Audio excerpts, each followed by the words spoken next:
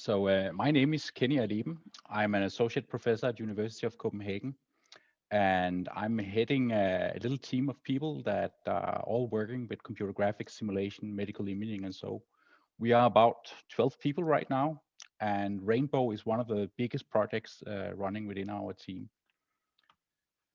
The team is having different focus areas, so a huge part of what we do is about computational healthcare. And that basically means that we are modeling, people, humans in the computer. We are trying to figure out what kind of mechanics goes on inside, under the skin, so to say, and how that correlates to images and diseases, pathologies, treatment plans, and a lot of other questions. We also work in robotics, trying to figure out how to design robots, to control robots through computer simulations. We work a lot with digital prototyping as well. So that is how you can create, a digital twin, so to say, of a product, for instance. You can test it before you make it, kind of idea. And we do a lot of work within movies and games as well. Today, will be speaking about Rainbow. And Rainbow, that's the code name we have, but the title for the project is basically Rapid Biomechanics Simulation for Personalized Clinical Design. And people often ask me why we call it Rainbow, because the acronym doesn't fit the title. And to be honest, when we wrote the proposal, we just felt Rainbow was more easy to remember. So that's why it's called Rainbow. It's easy to remember. Rainbow has a core of 5 universities scattered around the world. Denmark, we have 2 universities that are part of the network. And then we also have in Spain, we have in France, and we actually also have in UK universities that are part of Rainbow.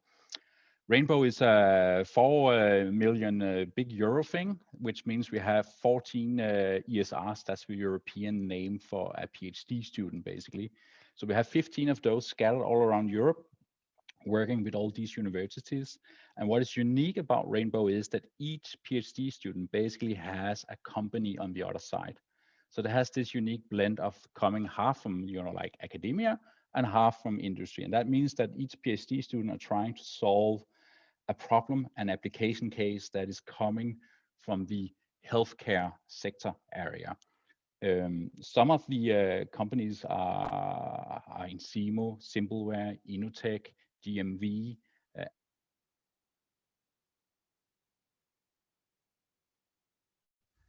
Bluetooth restarting here. I'll try to get back. Yeah, we can hear you again. You're on. One more time. Yes.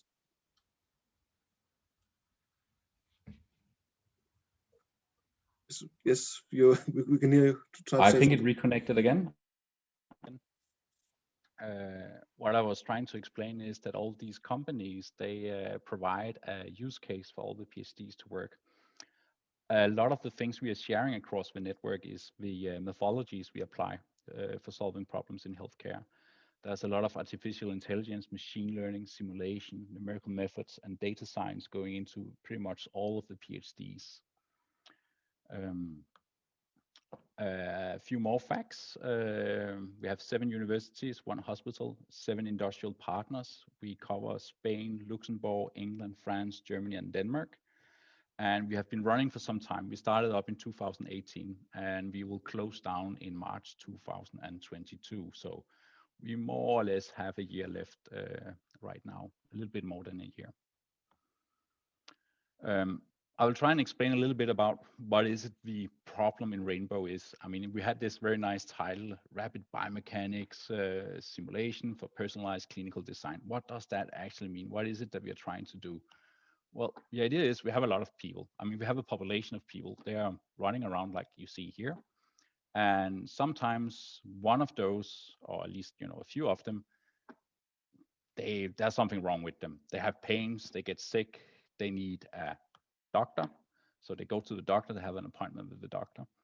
The doctor makes a diagnosis of them, or come up with an idea of what is actually wrong, but maybe you need some kind of testing. So often the doctor would ask the patient to go to a scanner, for instance, and be scanned. And out of the scanner comes a lot of data, images. Those images, they goes into a computer, and then people like me, specialists like me, will look at those data and try to figure out how to create models of what goes on inside that patient to figure out, does he has a cancer or not? Does he have a disc slip or not? Or something else. It could be many different things. And then when a person like me is done thinking about things, the doctor can be told what is wrong, or at least what we think might be wrong. And the doctor can think about that. And then the doctor can talk to the patient and maybe come up with a treatment. And if that is sort of like not the end here, maybe there's some other things wrong, then the whole cycle repeats again. So what I'm trying to illustrate here is basically that this clinical process of a person going to the doctor, undergoing a treatment, the treatment involves technical, personal, and that goes back the information to the doctor again and back to the patient, and then round and round it goes. It takes a long time. Imagine if you really are a cancer patient and I'm supposed to make a simulation, a patient-specific simulation of that person in order to figure out whether you're going to die from cancer or not. It usually takes like 3 to 4 months just to get the geometry right for a person-specific model. So if you're suffering from cancer, you will be long dead before I'm actually having the model. So these kind of things makes it a little bit tricky to actually use all these very smart computer tools we have today and solutions for analyzing, simulating, and understanding what goes on inside the human body. It's basically, it's too long a process. And the main problem is also a little bit that these technical things gets involved. There's the logistics about it. There's the handling of data about it. There's the delays, people doing things. And it kind of like all gets in the way from the doctor talking directly to the patient. So, I mean, in reality, what we really want is basically just to have a process where you have the patient and you have the doctor, and they just basically communicate together without anything else getting in the way. And it's kind of like the idea that the doctor basically just, scan the person directly on site, on place, and while they drink a cup of coffee, the computer is crunching out what is wrong with the patient, and the doctor will get the feedback and can start thinking about, oh, what are we supposed to do next, and can talk to the patient directly there.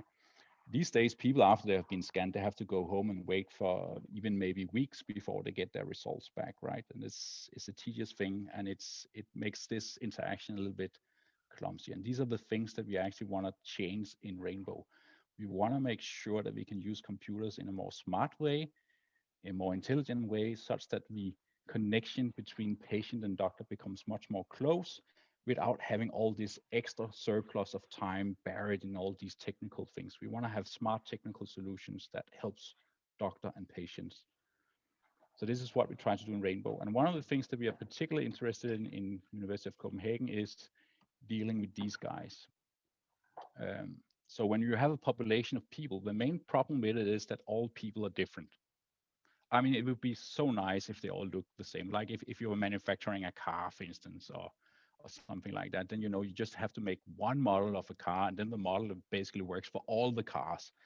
Now the problem with people is you need to create a model for each person. And I just told you that making a model for just one person often can take up to like 4 months if you're really unlucky. And then you can start multiplying with how many people that actually exist in the world and how many models we might actually have to create. And that's not nice. So we call this for population studies. And what we are targeting at University of Copenhagen is we want to create software tools for making population studies easy. So that means where we can simulate a lot of people under a lot of different conditions. And then from those simulation results, we can start learning about tendencies of the population. We can figuring out how many of them on average has some disease, or how many of them need a brace for supporting some kind of like illness, or whatever the question might be. That's actually secondary to our interest. It's the software here that is really the interest for us. But how do we deal with populations when we do simulations? That's the main question we are focused at. And today, I'm so happy and I'm honored and pleased to be able to present Faisal and Torgan, who both are PhD students in our lab.